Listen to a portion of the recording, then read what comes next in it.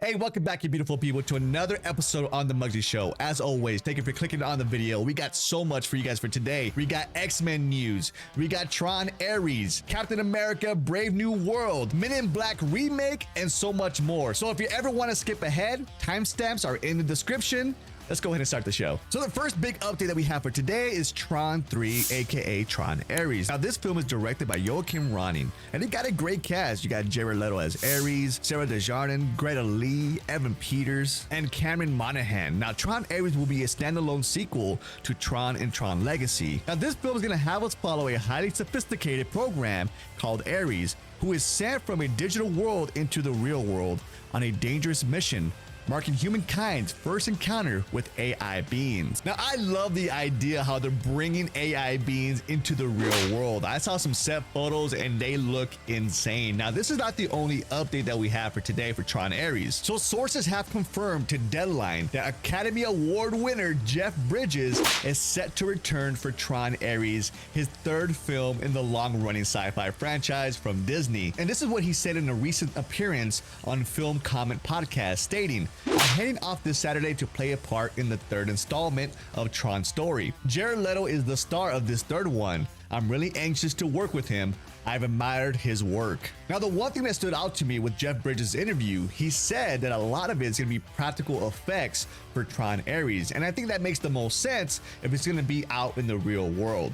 So I'm kind of curious how they're going to make this work, because Jeff Bridges' character, Kevin Flynn, did sacrifice himself for his son Sam and Cora to escape to the real world. So I'm wondering if he was able to back up his mind and create a new AI being of Kevin Flynn again. I'm not sure, but I'm glad he's returning for the third film. Now, it was also stated in the Deadline article that Garrett Hedlund and Olivia Wilde are not returning for the third film. So it's going to be a completely new story. And just like they said before, Jared Leto will be the star of this movie. But let me know in the comment section, are you excited that Jeff Bridges is making his return for Tron Ares? Now, this film will be released October 10th, 2025. So we have our first look to Captain America Brave New World, and it's coming from McDonald's toys and promotion art. Now, as you can see right here, they gave us the first look of the toys of Red Hulk, Captain America, and Falcon. But I want to talk about the first photo of Captain America in his new suit and Joaquin Torres as Falcon. Now, as you can see here, they really went more into the stealthy look for Captain America.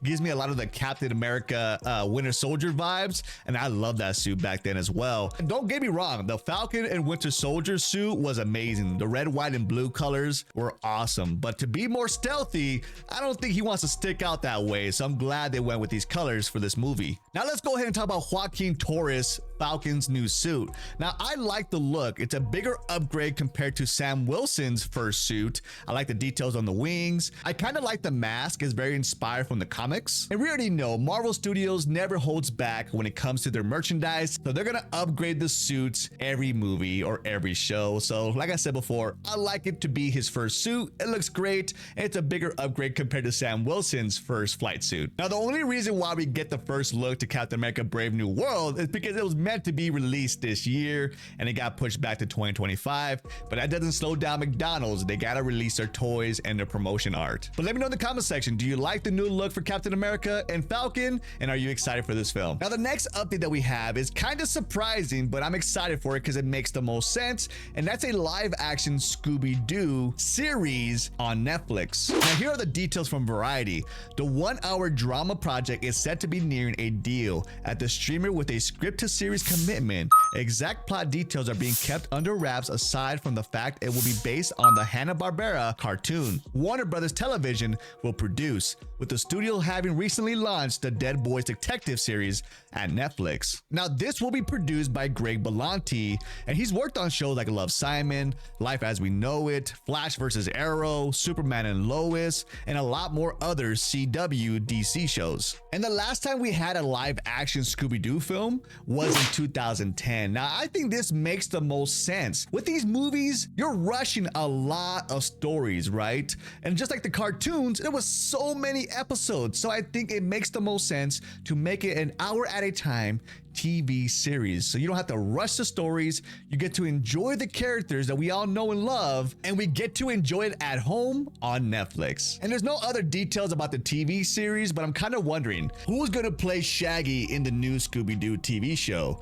A lot of people are asking Matthew Lillard to come back and reprise his role, but is there anyone else you would like to see play Shaggy? For me, I'm not quite sure, but let me know in the comment section if you have an actor in mind. Now, from one remake to another, Men in Black is in the works for Sony Pictures. Now, the last MIB movie we had was Men in Black International, and let's be honest, the fans and critics had a lot of mixed reactions to the film. The movie wasn't a huge flop, and it made $250 million worldwide with the budget at $110 million. Now, this film had Tessa Thompson, Chris Hemsworth, and Liam Neeson, but it still didn't feel the same as the original MIB films. Now, there's not really much details when it comes to the MIB film. They're not really saying it's going to be a sequel to the international one, and it's been a while since we had Tommy Lee Jones and Will Smith since 2012 with Men in Black 3. So I'm pretty sure they're not bringing back the original actors, and it might be a complete new cast. But let me know in the comment section, will you be excited for a new Men in Black film? Now, before we end this video, we have a little bit of details of what Marvel Studios is looking for the new live-action X-Men film.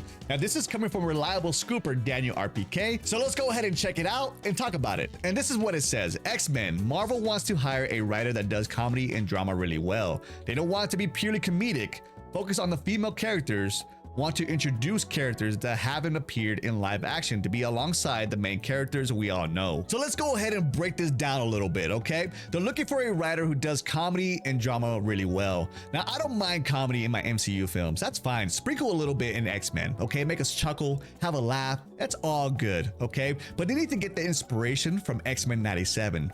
That's why this show is doing so well, because they have the right balance with drama, action, comedy. You're always feeling like you're on the edge of your seat and trying to see what's gonna happen next. And you love each character and you hate the bad guys very much. And that's a great thing, because that means the writers understands what a story needs to be.